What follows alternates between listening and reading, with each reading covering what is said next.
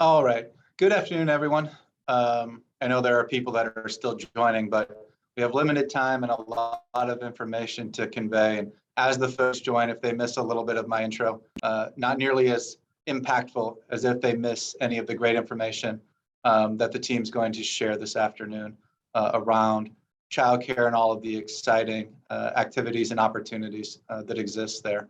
By way of introduction, my name is Michael Wisehart. I'm the director of the Department of Economic Security, and really excited about this moment in time around childcare. I think you all are aware, working in the industry, the challenges that we've faced over the last couple of years, and even all the challenges that predated the pandemic leading into that time. I think we've seen the federal government and state leadership step into the space of making sure that there are additional resources to address some of these issues. So Arizona has received about $1 billion over the next handful of years to invest in early childhood development and education. And I'm really excited about this group of individuals on this call, the group of individuals that are collaborating in our communities, and especially the leadership of our state individuals that are really driving the change that's going to be necessary as we move this conversation away from the historic conversation about babysitting or childcare, and really start thinking about what it means to develop children early on in their lives for a successful engagement in education, and then a positive future beyond that. So huge opportunity in this space, such an impactful and important time for us to be thinking through those investments that are going to be most relevant and salient for our communities, for families and their stability, for the development of children, helping folks make sure that they remain employed, that they have a safe, stable place to take their children, making sure that we reduce wherever possible the incidences of child abuse and neglect, and really just such a long litany of opportunity that I'll get out of the way and let the individuals that are going to provide the meat of the information and are so invested in our communities in driving the changes that are necessary for the improvement in this system. But this afternoon, we've got two wonderful and amazing women to provide an update on where we are with the childcare system, with childcare investments. The first is our Assistant Director for the Division of Childcare here at the Department of Economic Security. Her name is Lela, Wendell, has an extensive resume in early childhood development, child welfare, childcare. The second is Stacy Reinstein, our deputy in childcare here in Arizona at DES, and another individual who has dedicated her entire life to the well-being of children and families.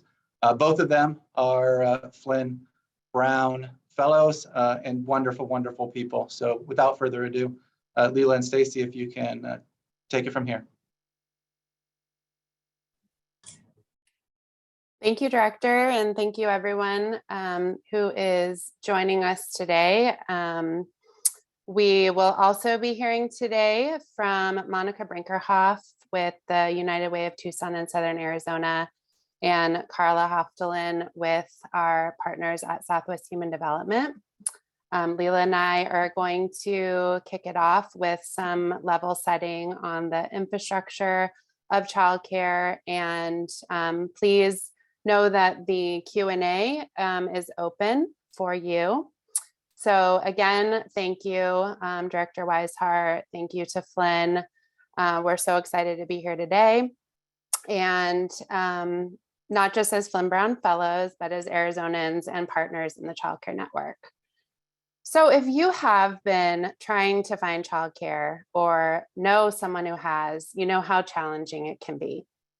And with COVID, it's been made even more challenging for families, for children, for childcare professionals, for childcare directors, childcare owners, for employers, for our collective mental health, well, you get the idea. It's rough right now, but there is hope.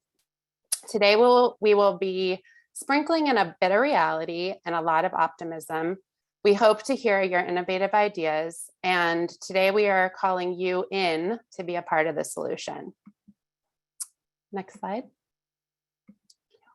So at the core, we know there are certain fundamentals to building a vibrant community. This includes places and neighborhoods where people can live, learn, work, play, connect, and have access to services and support, no matter life circumstances. Each one of us can see ourselves as a leaf on this tree or connected to the tree in order to live in a healthy community.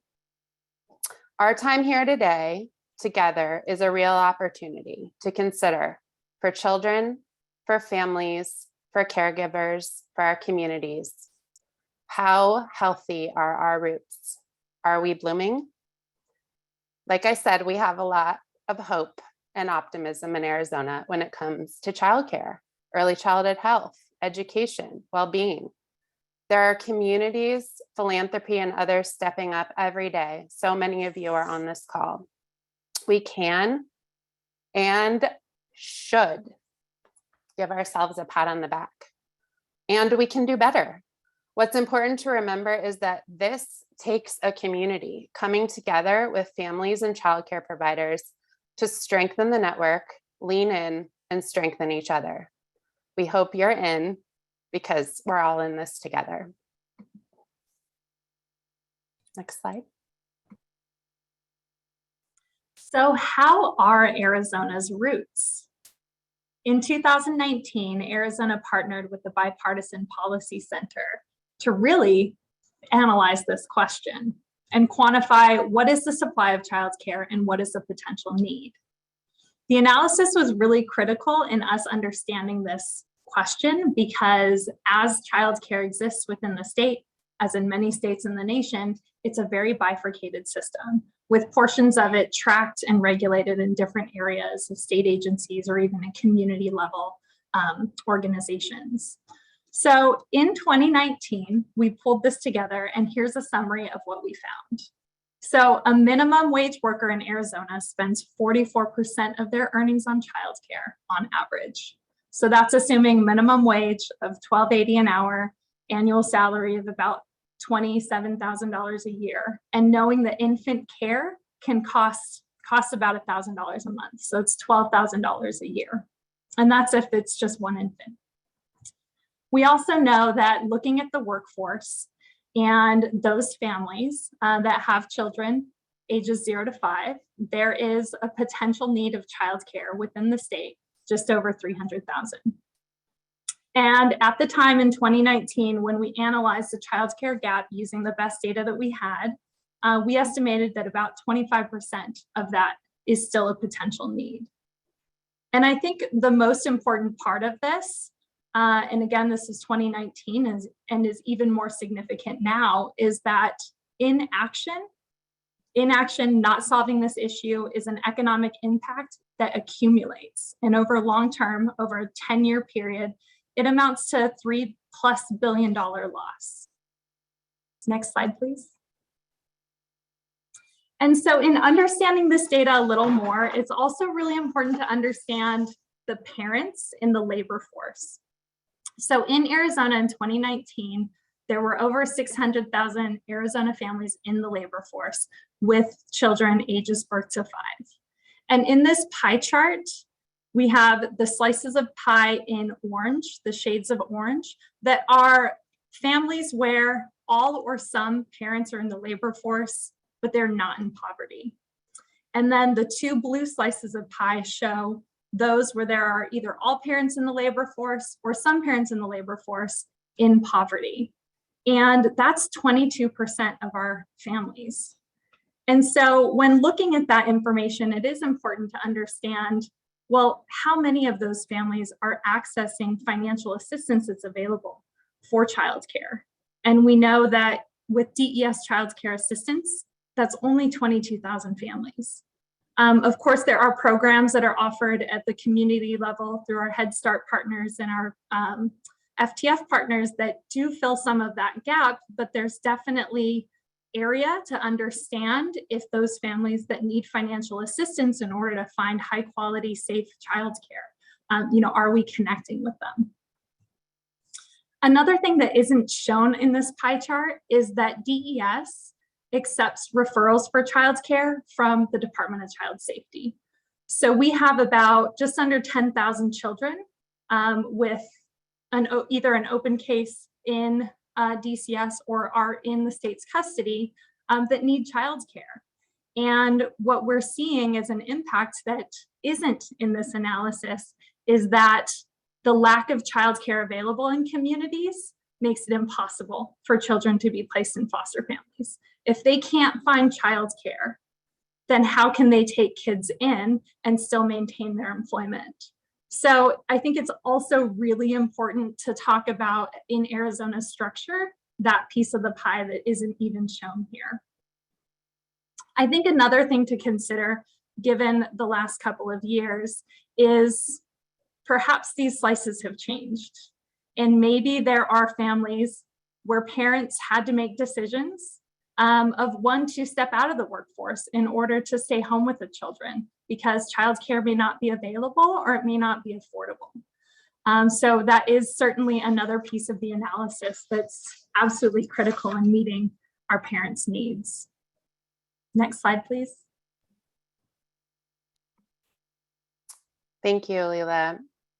So for this group, many of you already know that we live in an incredible time, that some of us, when we were children, did not have access to the widespread research of the importance of early childhood and brain development. We know that the early years, birth through elementary school, is when children begin to develop the skills they'll need for future success in school, in life. They're learning language and literacy, problem solving, focus, getting along with others. But what's been left out is childcare providers. There has not been widespread recognition or attention of the importance of the childcare workforce and providers, seeing them as professionals, as an industry and key economic driver. Until, as Lela just mentioned, COVID. Lack of access to childcare options, quality and affordable childcare, it's creating significant barriers for working parents, for employers, for foster parents, and for children's education and well-being. So what you have on this slide is the types of childcare that are available in Arizona. And also, let's talk about the factors families must consider when choosing a provider. For some families, that's cost, including those who are receiving childcare assistance from the Department of Economic Security. Families have to choose a provider that's licensed with the Department of Health Services and contracted with DES to provide and accept that DES childcare assistance. Or they can receive childcare from a DES certified family childcare home or non-certified relative provider, for those family providers that can be reimbursed for the child's childcare assistance.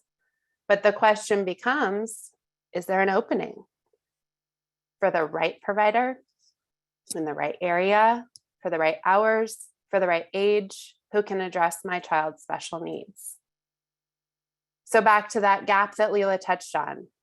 What we're seeing here in Arizona is a declining or at best stagnant childcare capacity, pre-pandemic to today. Availability in childcare centers, the large centers you may see driving down streets in urban neighborhoods, has stayed about the same, while availability in the smaller family group homes and family childcare options has declined. Next slide. And really, to look at this, it's important to understand the diversity across the state. And so here we have the childcare gaps that are estimated based on county. And so what we see here is Of course, the highest number of slots needed are in Maricopa County with just over 37,000 childcare slots needed. But when you look at the percentage, you see Graham County at a 72% childcare gap, which sure is only 1,200 slots, but it's really important to understand what is the existing infrastructure in our communities to support solutions and childcare options for families. So really, this helps ground us to understand that our recommendations really must consider how much and what type of childcare communities will actually use. And definitely the impacts of the pandemic may also change some of these preferences as well. And so this is just a starting place for us to be able to reach out to you, those of you on this call in your communities, being able to dial in and say, what can I do to help Greenlee County get 38 more childcare slots available? Is that thinking about, my neighbor who's great with kids and we can connect them to become a certified family childcare provider with DES? Is it our faith-based community that has rooms available that care for kids during service, and we could work to transition those spots to full-time childcare available? That could meet a 38 childcare slot deficit. In Maricopa County, what do we do to partner with employers, with builders, with those in our community that have maybe more capital and options to think of larger investments in childcare centers? So it really is a combination and not a one size fits all. Next slide, please.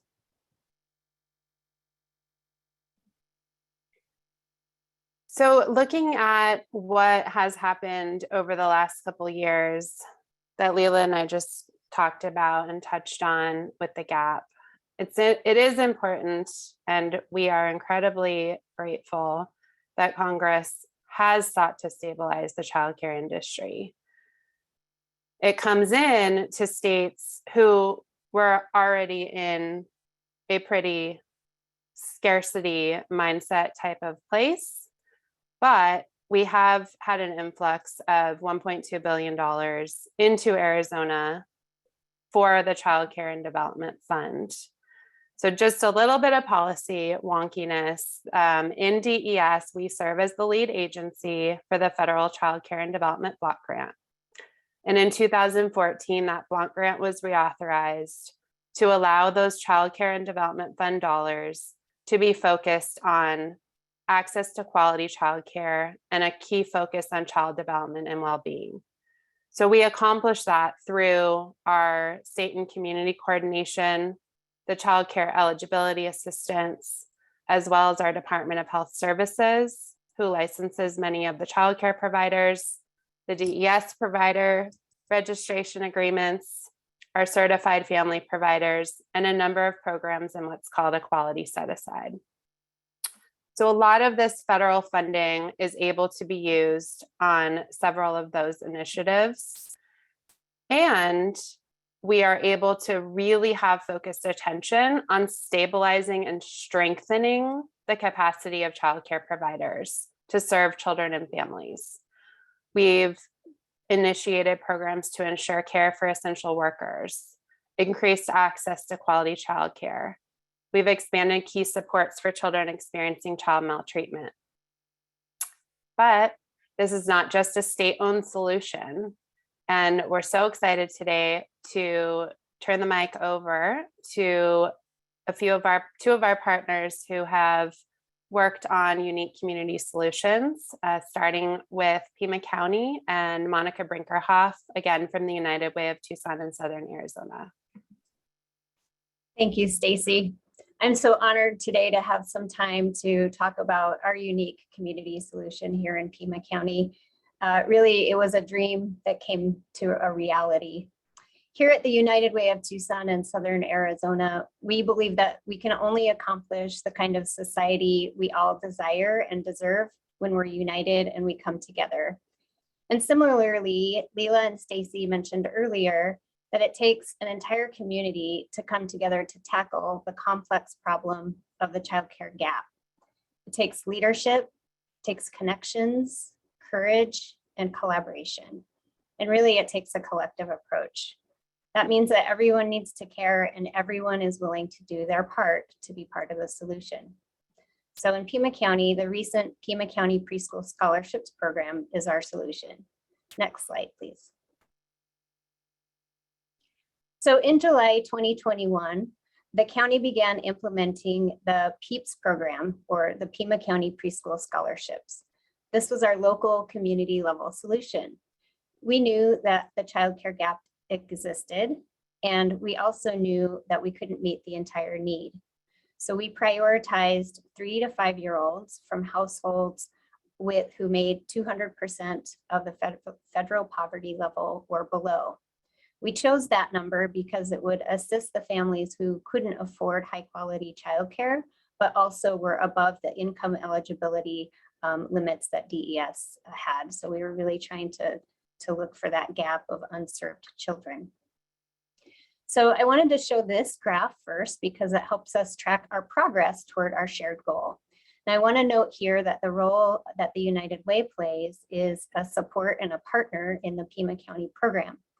Pima County provides the funding for the PEEPS scholarships. They implement the PEEPS scholarships program, and we are a partner, and we step up to help out with whatever is needed here at United Way.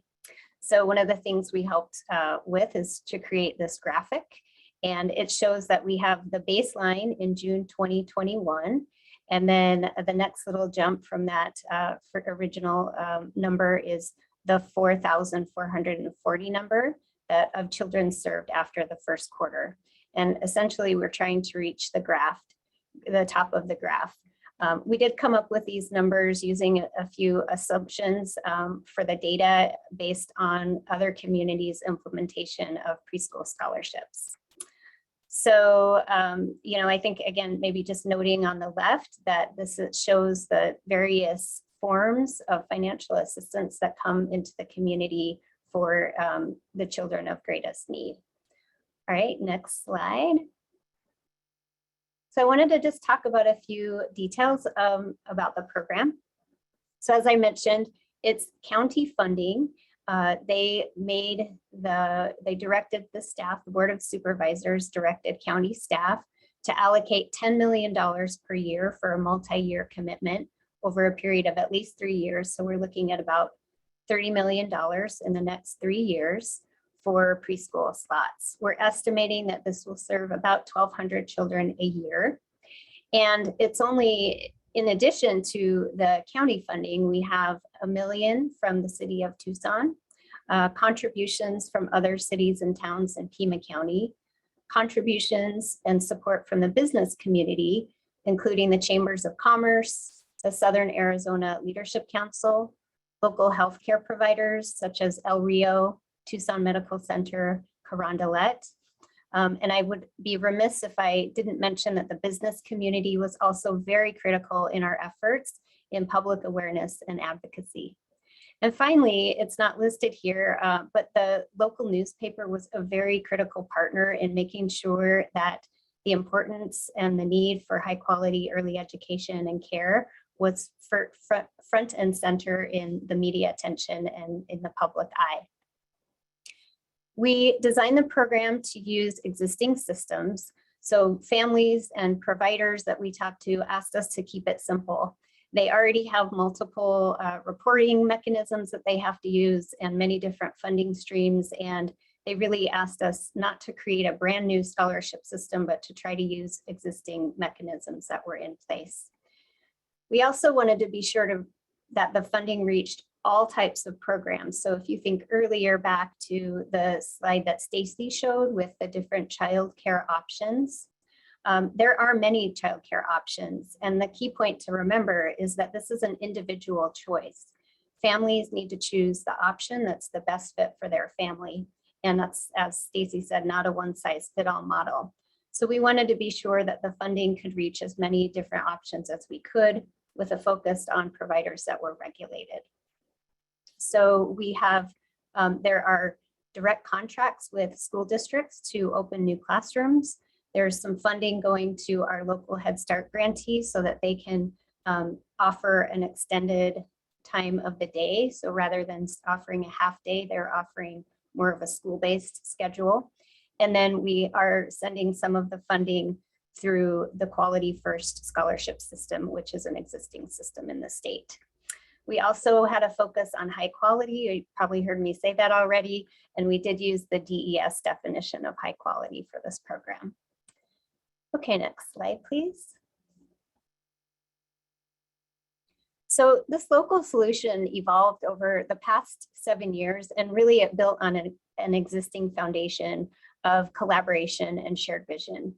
So I want to go back about 20 years to 1999, and United Way of Tucson and its partners created the first Focus on Kids Coalition with just a handful of partners at that time. And as is the case with many sectors, you know, back then early childhood was kind of fragmented and siloed, and the partners wanted to come together to begin to work on solutions collectively. So now over the past 20 years, we've been building relationships. We've, as a group, mobilized around advocacy efforts. We've established shared goals together, and we've raised awareness in the business community about the importance of early childhood. And this coalition still meets today. We have over 80 partners, and we are currently, you know, taking on some sort of fun initiatives such as writing thank you notes to early childhood educators in the community and hosting an early childhood educator hiring fair. So some of those innovative things that we can only do when we come together and use our best thinking as a group. And then, you know, we also, in the past 10 to 15 years, we have even more critical partners that have come into the space that help bring our early childhood goals forward. So of course, First Things First is a critical partner, and they, you know, came on the scene back in 2009. The Cradle to Career Network, so United Way convenes this collective impact initiative as part of the Strive Together network to create solutions to inequities across the Cradle to Career pipeline. It's a nonprofit countywide initiative working to lift up community voices to make changes so that everyone can be successful in school and work. And then finally, the Preschool Promise is an advocacy group who worked tirelessly for years to advocate for the policies needed to meet our shared goals. So I think it goes without saying, but you probably heard that relationships are probably the most important key element of our success. Data was also important. We needed data to be able to inform the strategy. We had to identify the gaps and the resources that would be needed to fill those gaps. And now we need data to ensure that we're making the intended impacts and tracking any unintended consequences. So getting data from state partners like DES and First Things First still remains a critically important to our success and our work together.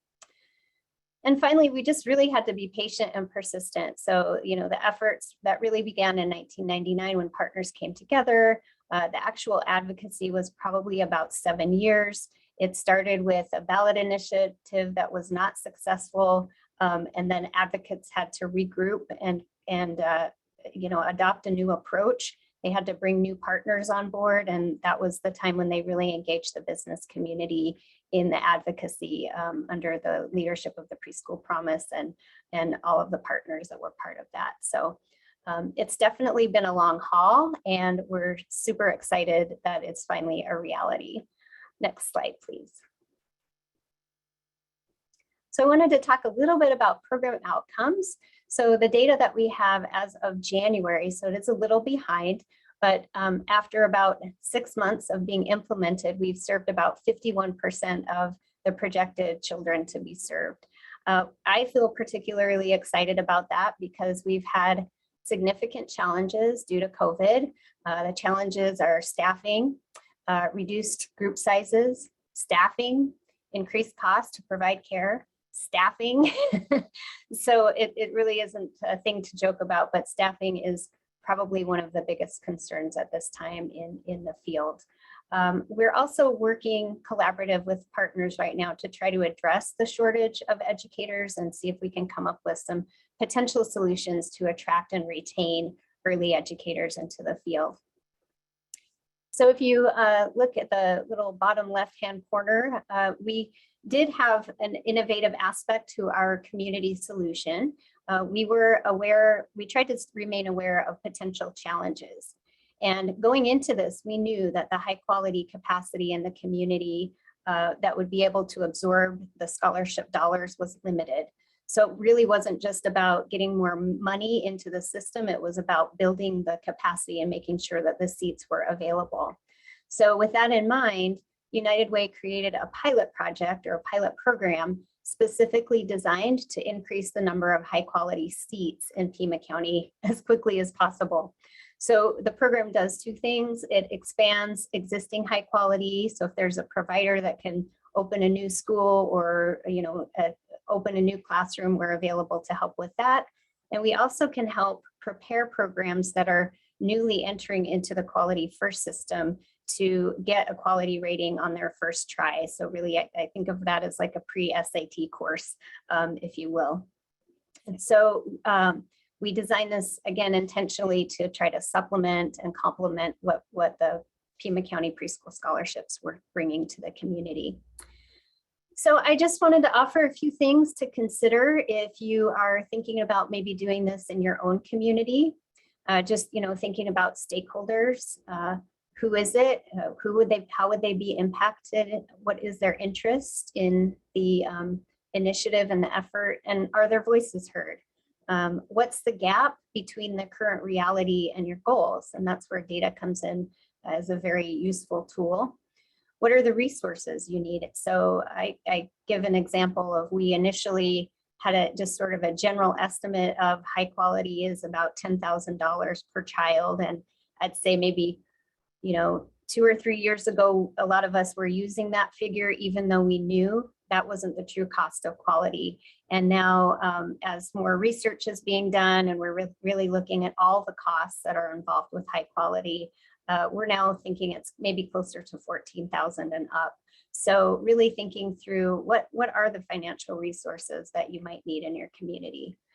Just remembering to learn from what you do, tracking your successes, your challenges, keeping in mind unintended consequences of your efforts, and then just being sure that there's intentional outreach to the communities that might be impacted by the program.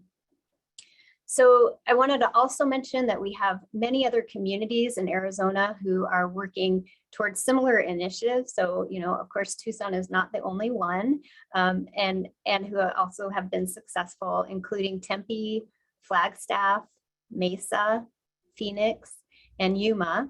And all these communities are at some point in either investigating or having had success in getting some funding for preschool. We have a learning community called the Arizona Pre-K Alignment Team, and we come together, we share ideas and resources and stay connected.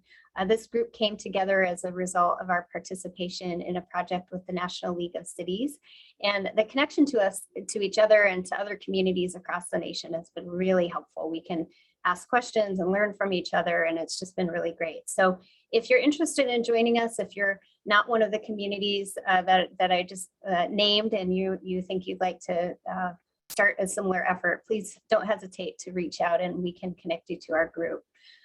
So finally, I just wanted to say that our successes in Pima County inspire me personally, and I hope that they provided you something to think about for the communities where you live and work. Next, I'm going to turn it over to Karla, and she can tell us a little bit about a statewide solution to the challenges that face childcare providers.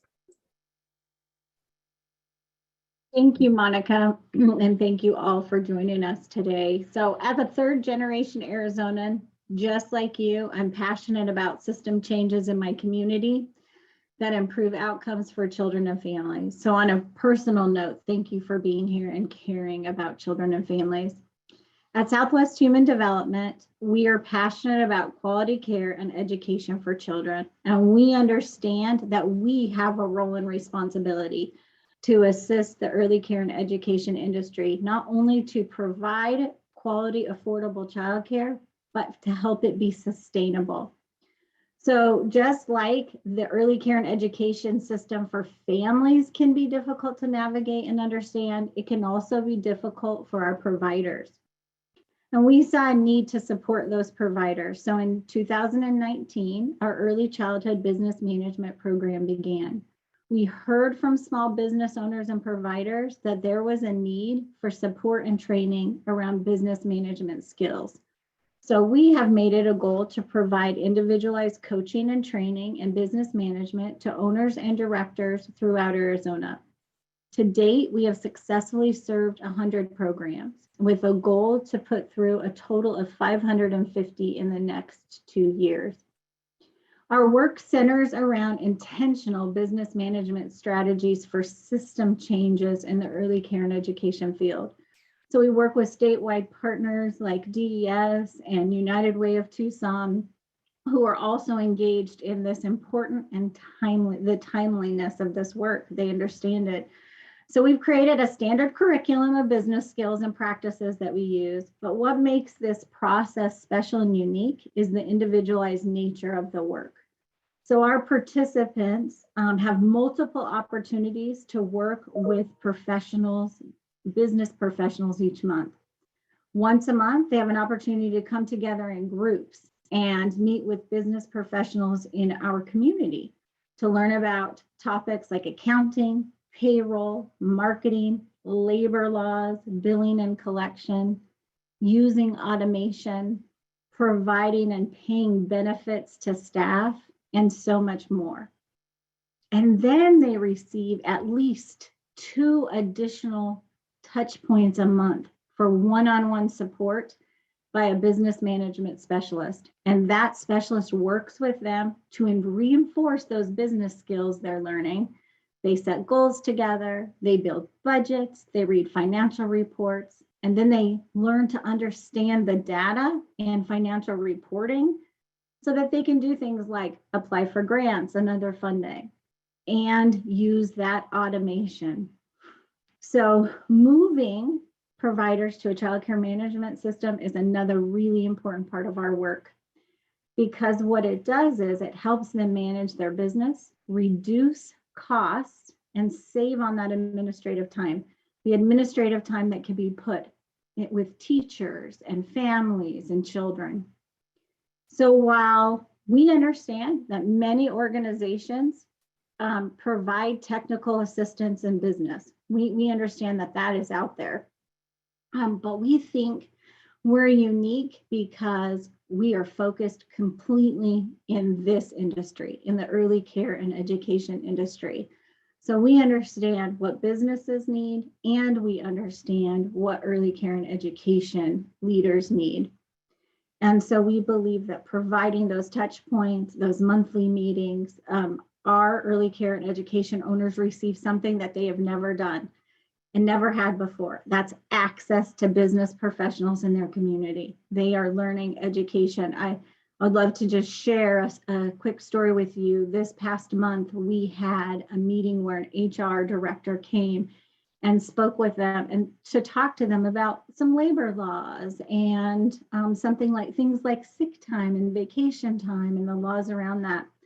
And afterwards, we heard from a provider who went back and said in business 15 years, didn't realize it was a law to offer sick time to employees. And so now we have 20 people in the early care and education field who are now receiving sick time because the owner and the director were educated in those laws.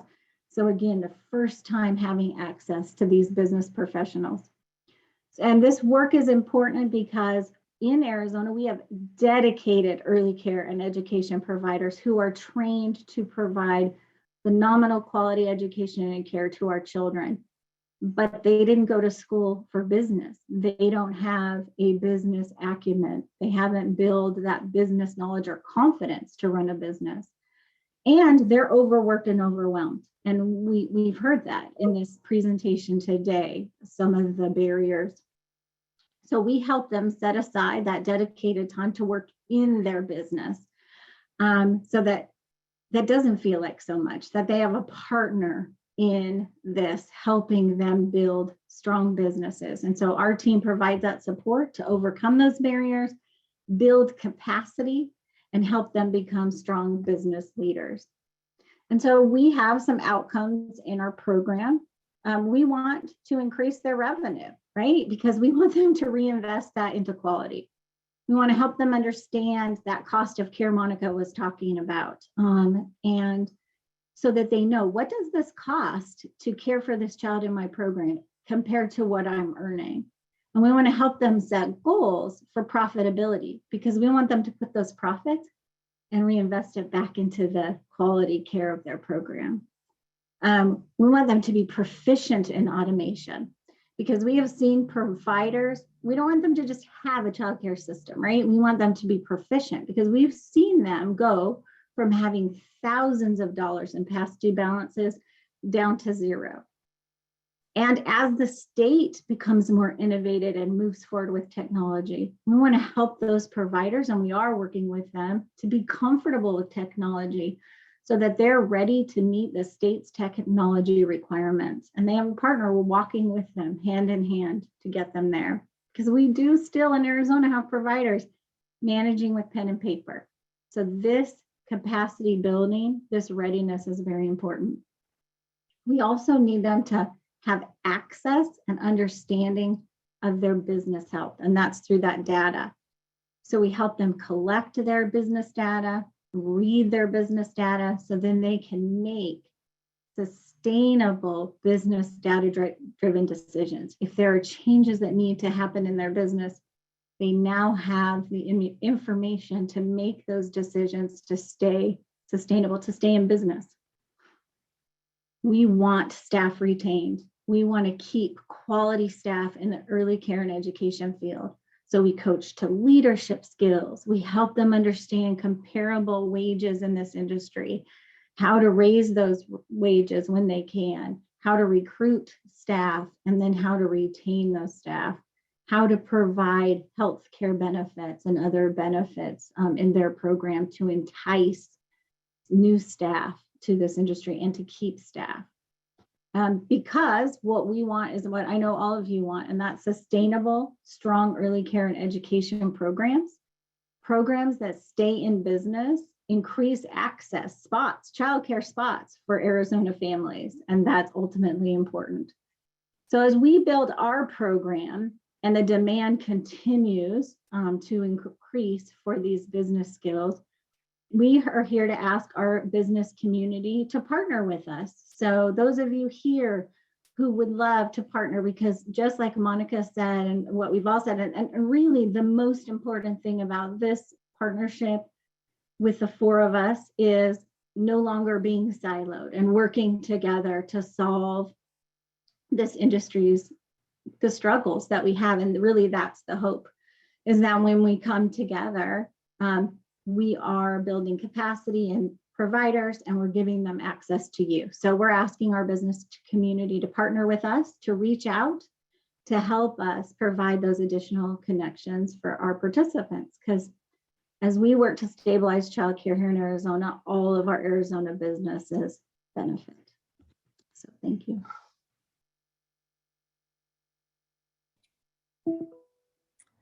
So we hope something sparked for you today to inspire you to connect with us, share your ideas on how you or those in your community can give us some additional perspective of the gaps in your communities and how we might be able to address those in a collaborative partnership way, a way where we can invest this incredible investment in ECE so wisely to show the benefits that it can have immediately and really set our youngest ones up for success in the future.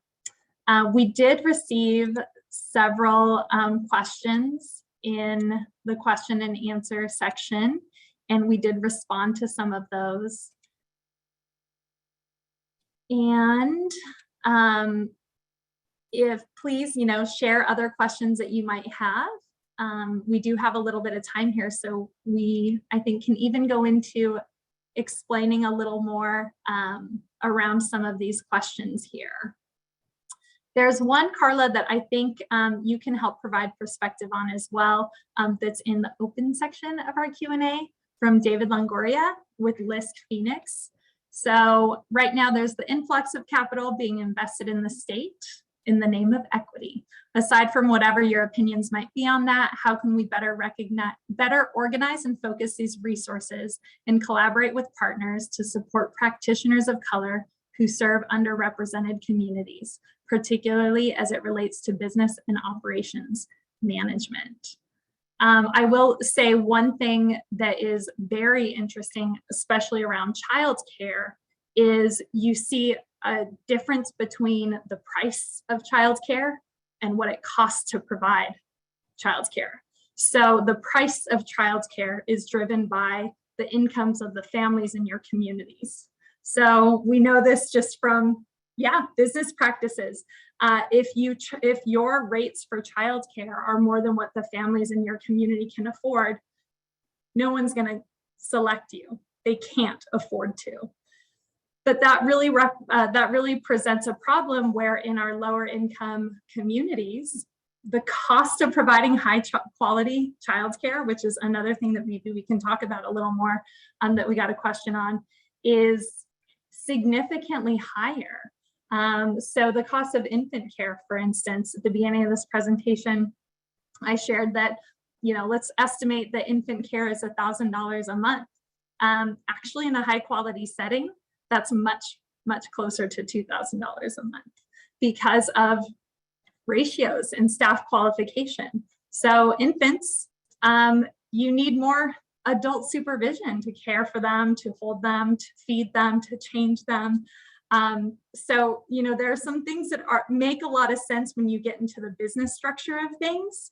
But you see how, if we don't have a system that helps support childcare providers to continue to be able to provide high quality care, regardless of what their parents can afford, there's a significant inequity built in fundamentally there. And luckily with the federal regulations, we're able to address gaps like that and rethink the way that we structure reimbursement for childcare from a DES perspective. And Karla, I'd like to offer you an opportunity as well to address that question. Stacy, did you want to say something first? Okay, I saw that you said live. And David is a great partner of Southwest. So hi, David. So what I would say from a provider perspective, so when I'm talking about our boots on the ground, first and foremost, it's a relationship building. So it is going in and finding those providers and letting them know that these opportunities exist. So something like technical assistance in business, so that there's enhanced subsidies that they could qualify for, that there are stabilization grants that they can apply for. So it is building trust that we are here for the best interest of their communities and hearing them and letting them partner with us to shape what these programs look like.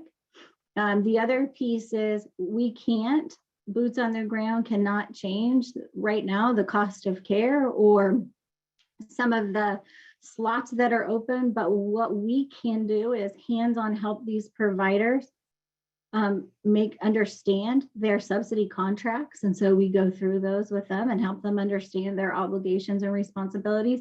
So then that also leads into, are they billing and collecting the subsidy that is owed to them? Are they billing correctly? Do they understand the process? Is there made a mistake? We're building some resilience to go in and rebill and do that correctly. And so it really is some of that hands-on approach. Is there a stabilization grant or another grant available right now that you can apply for? And let's help you do it. Sometimes even applications that we think are easy and non-competitive can still feel overwhelming and maybe not worth the effort. And so we're showing them it's worth the effort, it's easy. So I think it's a lot of that hand holding. And when I say that, I mean that in the way of support. We are walking with providers, meeting them where they are and building that trust and that relationship. Because if we have that, then they are open to more and more ideas. And so I just, from a boots on the ground, that's where I say that we start. And I'll just add to David's question and Karla's answer is we have a whole cadre of family childcare providers. And so our team, many of whom are on this call, so I just want to acknowledge them as well, because we don't do this without them, are working hand in hand as well. Many with Spanish-speaking providers, ensuring just the basics, moving from being the nana to a childcare provider is very different. But we trust that they have the heart and passion to be the childcare provider. So how do we, again, meet the needs that we have in order to ensure we are continuing to receive our federal dollars from the Office of Child Care while also supporting the providers where they are.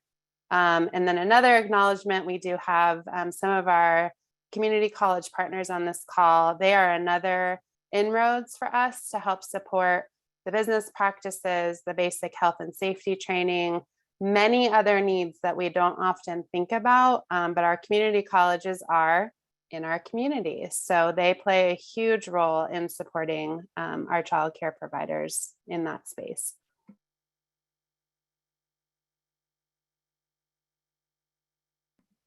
Oh, and I see Don actually just asked a similar question. So we are really just starting to delve into that in our expanded partnership with Southwest Human Development and our work with the community college collaborators. Who else in their schools, like their business teams, can be there to help and support childcare providers. I know we've had that conversation with Northland Pioneer up in tiny little town. Those are opportunities that Southwest Human Development is providing to other partners who are the boots on the ground to do that helping hand and that reach out. So that is definitely not just on our radar, but in our orbit right now.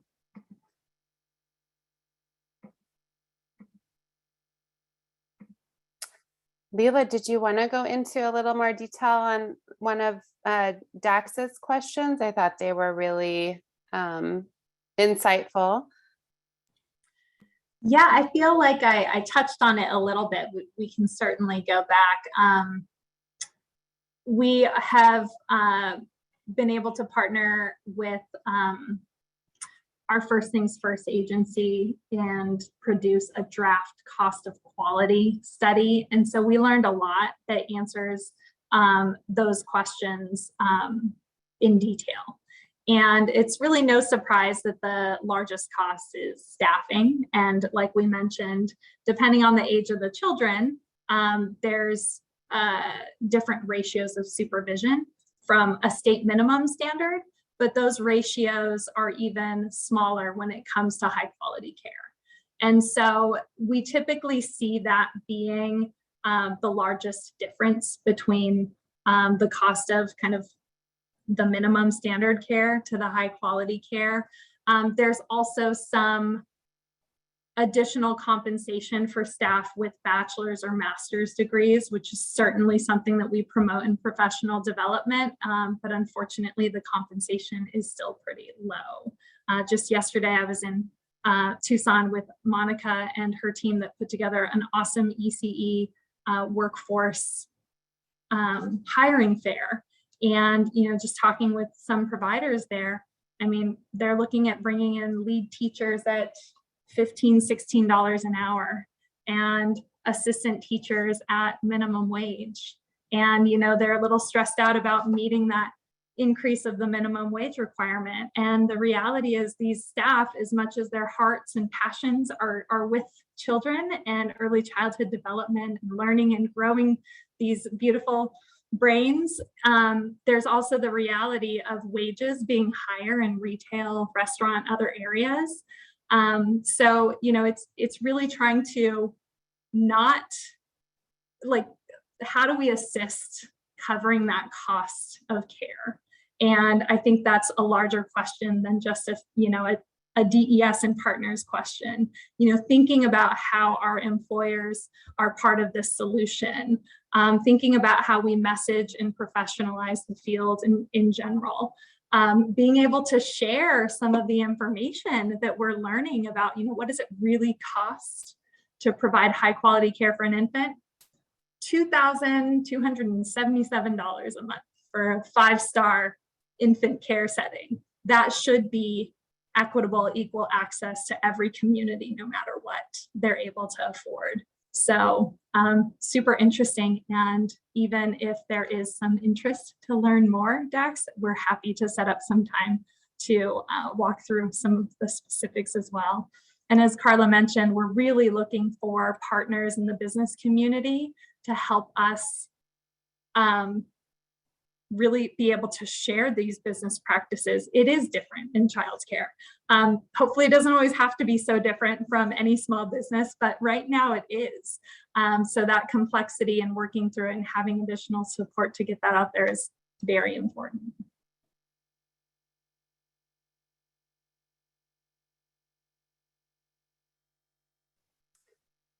So I see Terry's question. I think it's really important to note that we do have a number of philanthropic, private, other funders that are very interested in early childhood and childcare right now. And it's about leveraging the public funds, but also making a sound investment so that when the federal funds end, that we have that sustainability and partnership in place.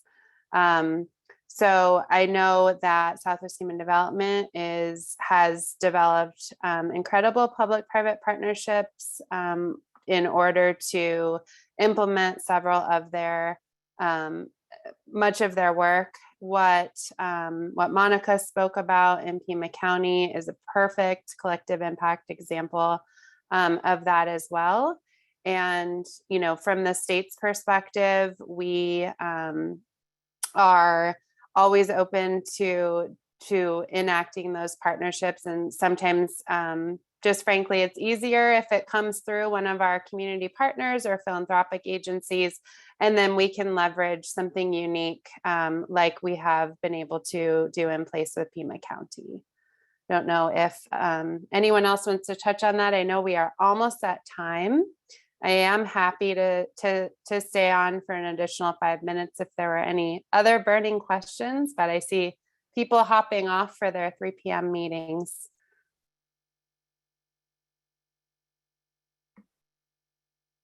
Thank you, David.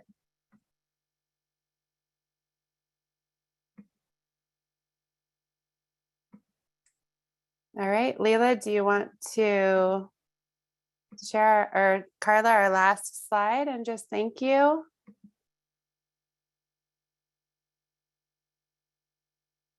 So again, back to our trees and our garden. We know we are all in this together, and we're just really grateful for having some new voices and ears in the room today, and for our teams back at their offices and out in the field, and mostly to our families and the childcare providers that are continuing to serve children and keep us afloat in Arizona. So thank you. Thank you, everyone.